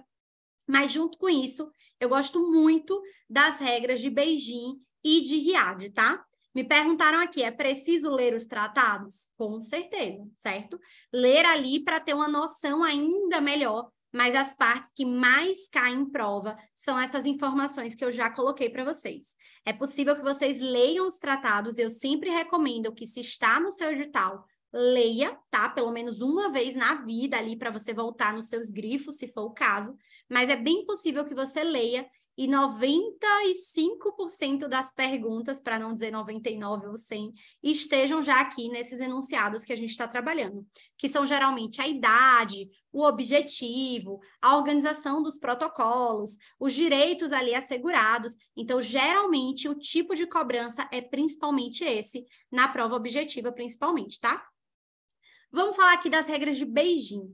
As regras de Beijing, a gente vai trabalhar aqui junto com as regras de Riad em sequência, as diretrizes de Riad. Por quê, gente? As regras de Beijing a gente também chama de regras das Nações Unidas, né? As regras mínimas para a administração da justiça da infância e da juventude. Então, percebam, são regras para a administração da justiça. Qual o principal objetivo? Especializar a justiça para o atendimento, acompanhamento e julgamento de demandas que envolvam crianças e adolescentes, né, que aqui são trazidos como juventude de um modo geral ou infância de um modo geral. Então, as regras de Beijing são incidentes ali no âmbito da infância na administração da justiça, quando já está no âmbito da justiça. E as diretrizes de Riad, gente, que são conhecidas como diretrizes também das Nações Unidas. Qual a palavra que eu quero que vocês ali colem na retina, grudem, memorizem para sempre? Para a prevenção da delinquência juvenil. Qual que é a diferença? As diretrizes de Riad, ela tem um aspecto muito mais preventivo, com foco na inclusão dessa criança, desse adolescente, desse jovem, com foco ali numa atenção maior pela família, pela sociedade, pelo Estado, até pela mídia. As diretrizes de Riad elencam ali, enquanto as de Beijing já são numa fase posterior, não é mais tratando da prevenção. As regras de Beijing já são, beleza, o ato infracional aqui, o ilícito, no ponto de vista internacional, já aconteceu. O que é que a gente faz agora? Como é que essa criança ou esse adolescente vai ser tratado na justiça agora, a partir desse momento ali que ele já cometeu um ato e já está com algum contato com as esferas de justiça? É essa a grande diferença. Então, Riad, lembrem sempre de um aspecto preventivo. Já Beijing já é um aspecto mais à frente. Não é mais a ideia de tratar preventivamente ou na comunidade. O adolescente ou jovem já vai estar o quê? Em contato com as esferas de justiça para tratar daquele ato ali comentado, né, no âmbito internacional como ato de delinquência. Então, vamos lá. Diretrizes de Riad. Principal objetivo? Prevenção da delinquência infantil desde a primeira infância, gente. O que é a primeira infância no nosso âmbito interno? Até quantos anos a gente diz que é a primeira infância? Vamos lá, meus universitários aqui do ao vivo. Até quantos anos, primeira infância? Dou-lhe uma, dou-lhe duas, dou-lhe três. Laura aqui comentou corretamente, até 6 anos ou 72 meses, nós temos a primeira infância. Então, percebam que as diretrizes de Riad estão focando nesse cuidado com a delinquência infantil desde a primeira infância. Então, desde que é bem pitititico mesmo. A ideia é prevenir ao máximo, então é incluir socialmente, para que com o amadurecimento e a autonomia progressiva dessa criança, se tornando um adolescente, né, estando ali num período de adolescência que os tratados muitas vezes chamam de juventude, infância e juventude, que ele não ali vá para os caminhos da delinquência. Então, a ideia principal das diretrizes de Riad é justamente prevenir desde a primeira infância, socializando. Esse é o principal caminho de prevenção. Percebam que a prevenção aqui, ela é tratada justamente com a ideia de que muitos dos atos são ali naturais da idade, mas que desaparecem com o tempo. Então, precisar principalmente incluir essa criança, abarcar essa criança, socializar, acolher e não ali rechaçar, etiquetar. Então, por isso diz que a ideia principal é o quê? A socialização com esse viés preventivo, abarcando família, Estado, comunidade, e olha aqui que interessante, os meios de comunicação.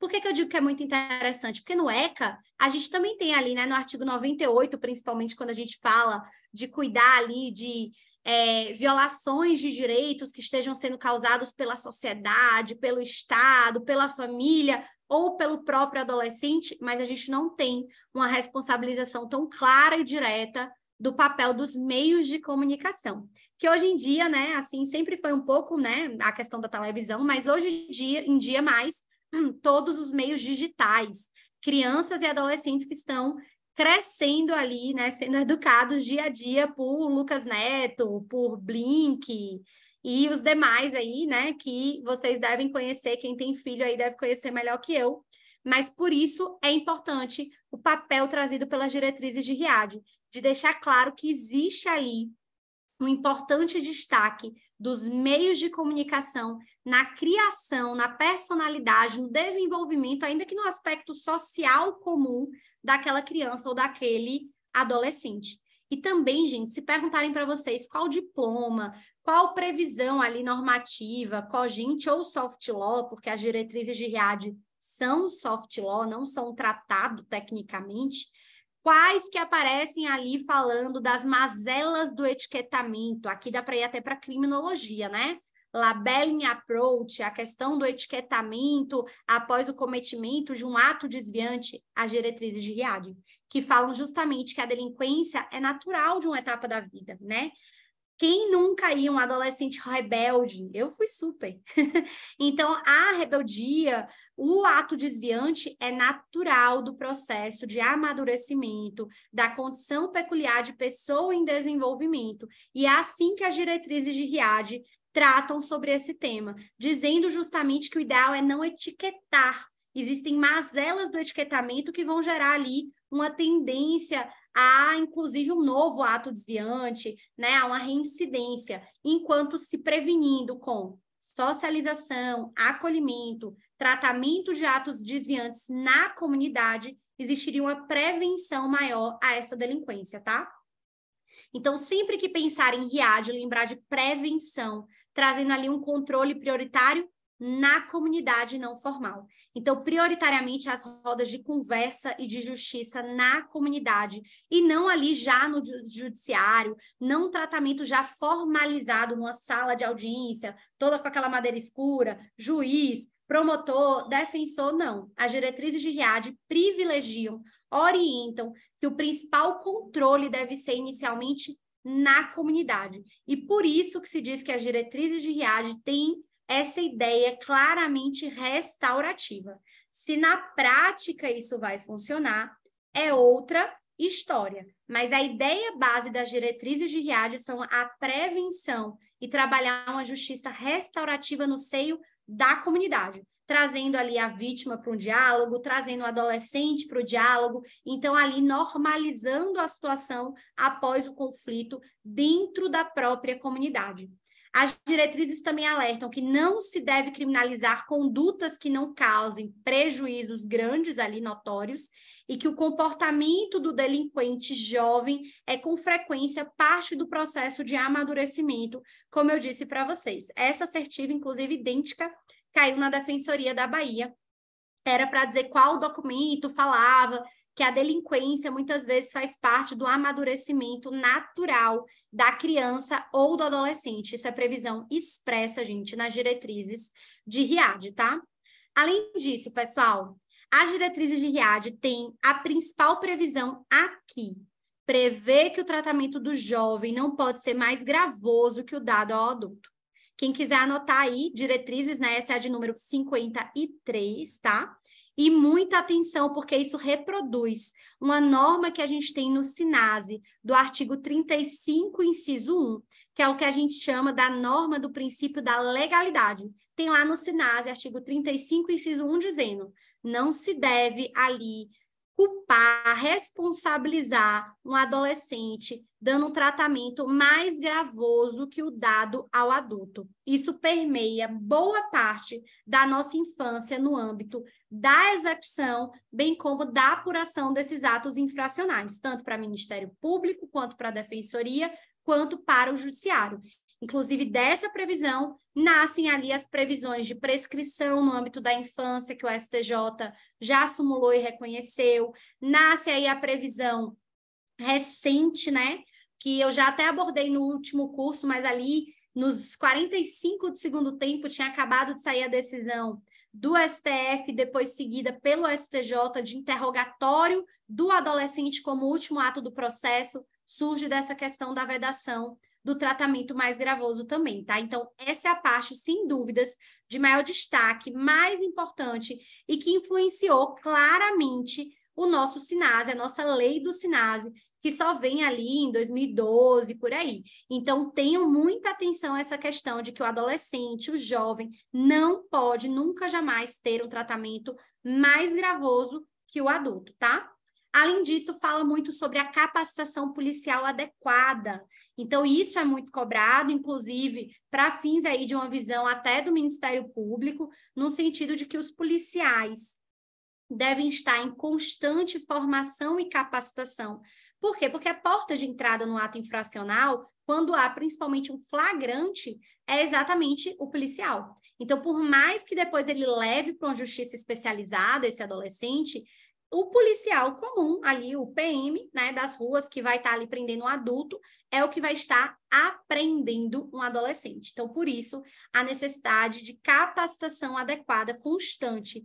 E essa previsão vem não só em RIAD, que é preventiva, como também em Beijing, tá, gente? Que é aquela da administração da justiça, quando o processo já está na administração da justiça formal. Outro detalhe, gente, prevê assistência jurídica, certo? A questão ali de uma assistência jurídica gratuita, porque geralmente o adolescente não tem, né? Nem fonte de renda, nada.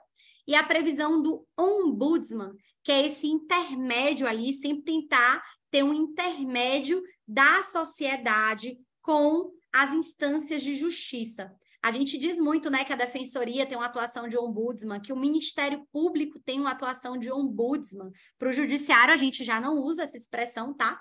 Mas na ideia da Defensoria e do Ministério Público, o ombudsman, tradicionalmente, era uma espécie de fiscalizador, uma fiscalização ali que fazia o meio de campo entre o povo e o rei, por exemplo. Então, aqui se traz essa ideia de ombudsman, de que deve-se sempre intermediar esse caminho ali entre a justiça formal e esse adolescente que teve ali uma atitude ligada a um ato que, segundo as diretrizes de RIAD, né, são atos tratados como atos de delinquência. Então, prestem muita atenção e foquem de uma vez por todas, diretrizes de RIAD, caráter preventivo, contrário ao etiquetamento, trabalhando sempre essa vedação de tratamento mais gravoso ao adolescente do que ao dado ao adulto, tá?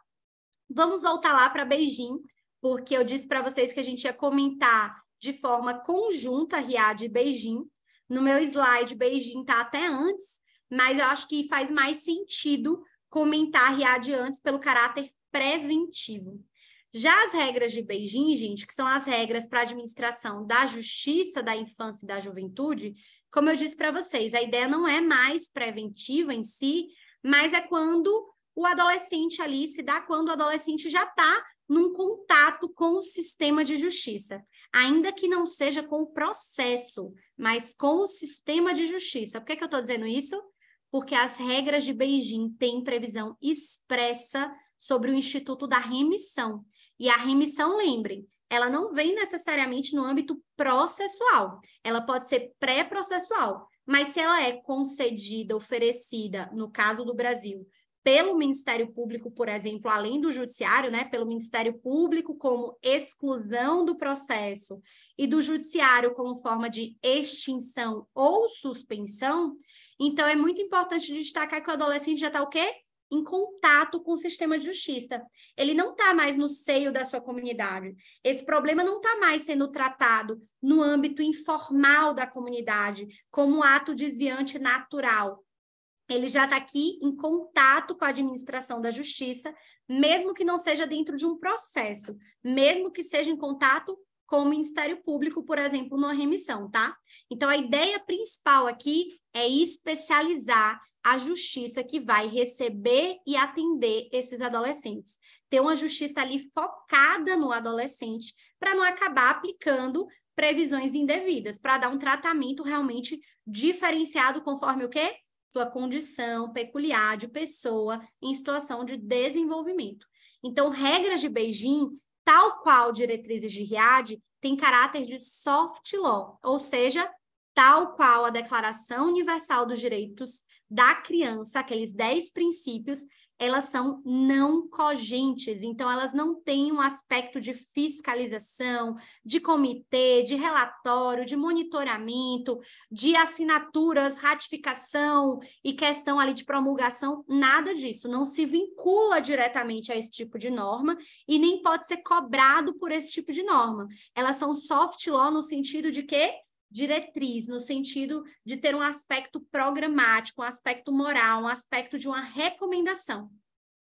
Aqui eu faço uma ressalva de que a resolução 113 do CONANDA, que a gente vai discutir um pouco mais lá na parte de resoluções, né, um pouquinho mais para frente, fala que devem ser aplicadas também todas as normas, tratados, enfim, todos os diplomas, ainda que de âmbito internacional, com o aspecto de observância ali obrigatória. Então, com base nessa resolução, nós temos alguns doutrinadores que dizem que as regras de Beijing e as diretrizes de Riad deveriam assumir esse caráter cogente, apesar de não terem ali o tratamento direto de um tratado, tá? Então, fiquem atentos a esse detalhe. Questão objetiva, excelência, questão objetiva aqui, ó, soft law, não cogente, meramente recomendação, tá? Agora, discursiva ou oral, malgrado se trate de uma norma soft law, que não tem uma natureza de tratado, que não é cogente, que não tem órgãos fiscalizatórios, nos termos da resolução 113 do CONANDA, é possível afirmar que devem sim ser observadas e buscar-se o cumprimento das diretrizes de Riad e das regras de Beijing. Beleza? As regras de Beijing, gente, também trazem a ideia de o jovem ser aquele mais vulnerável a um comportamento desviado, devem se reduzir a necessidade de intervenção legal e responsabilização precoce. Aqui ele enfatiza o quê? Percebam como os princípios já são ligados a uma esfera muito mais jurisdicional, como os princípios estão ligados a uma justiça realmente da infância e não ao aspecto inicial na comunidade. Que princípios ou, né, que diretrizes e direitos são esses? Presunção de inocência, intimidade sem publicar dados ou identificação do jovem infrator. Lembrem que a gente tem a mesma previsão no ECA, tá? Que não pode ali ter notícia, mídia, jornal, nada que identifique o adolescente envolvido no ato infracional, nem mesmo pelas iniciais. Por isso que a gente chega na vara de família, né, e não tem o nome, segredo de justiça, Hoje muita coisa virtual, mas naquela época que eram as atas, né, as pautas, melhor dizendo, coladas na porta do fórum, coisa que eu ainda peguei. Eu ficava ali procurando o nome, às vezes não assistido, né, de algum cliente na minha época de advocacia ali entre 2012 e 2017, antes de assumir na defensoria, e eram as pautas ali sem o nome, né, da pessoa quando era um adolescente ou uma criança, ou às vezes só uma inicial, né, duas ali, as duas primeiras, enfim. Então, fiquem atentos aqui que essa previsão que a gente tem hoje no ECA, ela nasce aqui nas regras, né, de Beijing, que dizem que não pode essa exposição e também se pauta no princípio da proporcionalidade. Então, se vocês repararem, tudo aqui está pautado num aspecto muito mais judicial, de administração mesmo, da justiça. Além disso, prevê o estabelecimento da justiça especializada, claro, né, gente? Eu disse desde o início que a ideia dessas regras é especializar a justiça, tá? Ela também traz essa questão do policial ter que ter uma capacitação diferente, já que ele é a porta de entrada, né? Quando há um ato infracional, principalmente com um flagrante, que deve haver uma justiça equitativa, incluindo minorias na atuação. Então, todas as normativas de infância percebam que sempre tem lá vedado um tratamento discriminatório, buscando uma proporcionalidade, buscando uma igualdade, e se garante também a assistência, judiciária. O termo que está presente lá é judiciária, que já remete mesmo ao judiciário, tá? A uma vara especializada. E a previsão expressa nas regras de Beijing, como eu disse para vocês, do Instituto da Remissão, além de garantias específicas para o adolescente que está internado ou que venha a ser internado. É vedado, tal qual a Convenção Internacional dos Direitos da Criança, a pena capital e aqui no caso também a corporal. Então não pode morte, né, pena de morte, não podem penas físicas. Percebam os principais marcos das regras de Beijing, como já é um momento à frente. Não fala de prevenir, mas fala dos direitos no caso de chegar ali à justiça, de ter uma justiça especializada, da possibilidade do oferecimento de uma remissão para evitar ali, né, um processo judicial, um cumprimento de uma determinada reparação ou de uma determinada ali punição do adolescente ou do jovem, e garante assistência judiciária gratuita, bem como os direitos à intimidade, bem como os direitos ligados ali ao próprio processo, proporcionalidade, presunção de inocência. Então, consegue enxergar como são momentos diferentes, né? A questão da remissão já foi cobrada também por conta das regras de Beijing, de qual seria o diploma normativo, cogente ou não, que trazia ali, melhor dizendo, a previsão de remissão, tá? Então, esse é o ponto-chave dessas normativas aqui, soft law. Separei aqui, gente, uma questãozinha, tá? Nossa aula já está terminando hoje, então hoje é um pouquinho mais curta por ser um tema um pouco mais tranquilo do aspecto internacional. Trabalhamos aqui todas as normas com previsão nos principais editais de magistratura, defensoria e Ministério Público, quanto à questão do aspecto internacional da infância. E deixei aqui uma questãozinha básica para a gente responder aqui oralmente, eu e vocês. Diferencia as previsões e os objetivos das regras de Beijing e das diretrizes de Riad. Eu devia escolher um de vocês, né, para dizer assim, ei, Thiago, responde essa questão, abre o áudio e responde, ou Maria Clara, abre o áudio e responde, aproveitar aí que estão participativos, mas hoje eu vou dar aí uma colher de chá para vocês. Se isso for perguntado, se isso é cobrado para vocês, seja numa objetiva, numa discursiva ou mesmo numa prova oral, candidato, fala sobre os aspectos internacionais, candidato, qual a diferença das diretrizes de Riad para as normas de Beijing, para as regras de Beijing? O ideal aqui é que você parta das semelhanças para trabalhar as diferenças. Então, excelência, inicialmente, destaque-se que nesses 2 diplomas normativos há um caráter, em tese, soft law, com a complementação da questão da resolução ali 113 do CONANDA, que diz que ainda assim devem ser observados. Ambos são no âmbito da infância e juventude, e ambos, tanto as regras de Beijing quanto as diretrizes de Riad, procedem ali das Nações Unidas, da própria ONU, para tratar os aspectos ali da criança, do adolescente, ou no caso do tratamento internacional, da infância e da juventude, diante de uma infração ou dos termos dados ali de uma delinquência juvenil e infantil. Então, é muito importante perceber que ambas estão dentro da mesma sistemática, mas as principais diferenças são, enquanto as diretrizes de RIAD têm um caráter preventivo, mostrando ali que deve haver uma socialização da criança ou do adolescente, que deve haver um cuidado especial da comunidade, da família, do Estado e, inclusive, das mídias, dos meios de comunicação, prevenindo o delito que tende a desaparecer com o tempo, que faz parte de um processo natural de amadurecimento. As diretrizes de RIAD, portanto, têm esse caráter preventivo, tratando o delito, o ato desviante, o ato infracional na esfera da comunidade, evitando-se as vias formais de justiça, falando claramente das mazelas ali do etiquetamento e deixando claro o que, inclusive, inspira o nosso SINASE, de que não pode haver um tratamento mais gravoso para o jovem, para a criança, para o adolescente, do que o dado ao adulto. Trabalhando também a questão de uma capacitação constante da força policial que vai lidar com crianças e adolescentes. Já as regras de Beijing, apesar de também, como dito, estarem no âmbito da infância, com caráter soft law, tratarem desse aspecto da delinquência no âmbito da infância e trabalharem essa capacitação constante dos policiais, ela se diferencia porque, mesmo dizendo que o ato desviante é próprio do amadurecimento, desaparece com o tempo e termos ali semelhantes a esse aspecto, por outro lado, ela vem no momento à frente. As regras de Beijing já vêm para a especialização da justiça. Já imagina um cenário em que a criança, o adolescente, o jovem ali, dentro do aspecto dessas diretrizes, juventude aqui tratada como menor de 18 anos ainda, já vão estar em contato com o sistema formal de justiça, mesmo se não houver processo.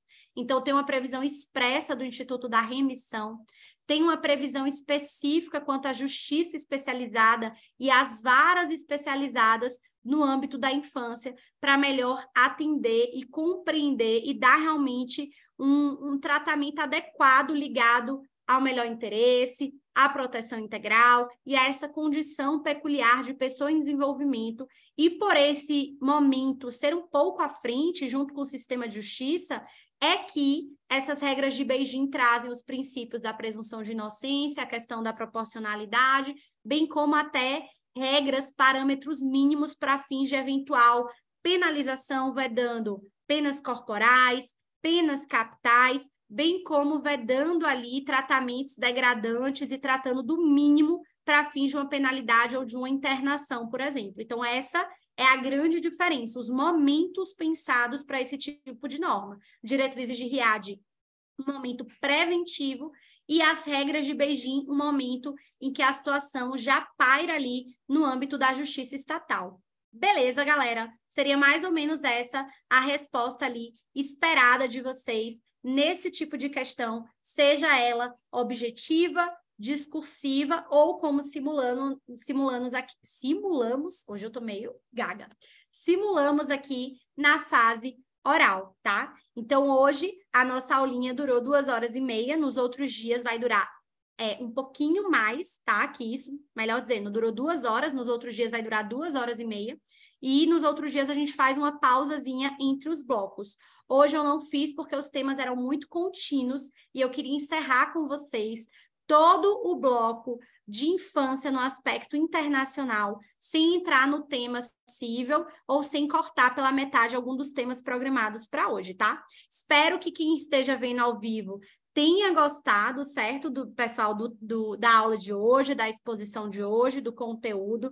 Prometo que os outros temas vão ficando mais interessantes, mais práticos do que esse aspecto inicial, né? Esse aspecto mais ali de direitos humanos do que propriamente da infância ali aplicável na prática. E para quem vai ver aí a gravação, espero que goste. Pode mandar mensagem no privado, comentando. Onde vocês assistem ali na plataforma, vou dar as diretrizes hoje no grupo de WhatsApp com tutorial, mas onde vocês assistem aí na plataforma, para quem vai ver no gravado, tem como dar estrelinhas para a aula, só para a gente ter um controle se vocês gostaram menos ou mais, ou fazer comentários também, tá? Se postarem alguma coisa, marquem a gente, né, professora blogueira, e o que precisarem, contem comigo, dúvidas podem me mandar. Pessoal do ao vivo, ainda dou uma checadinha aqui no chat. Pessoal da gravação, um grande abraço. Até a próxima aula, aula de quinta-feira, em que a gente começa com os temas civis e protetivos. Então, a gente já vai falar quem que é a criança, quem que é o adolescente, o que é que acontece numa medida protetiva, quem é que aplica,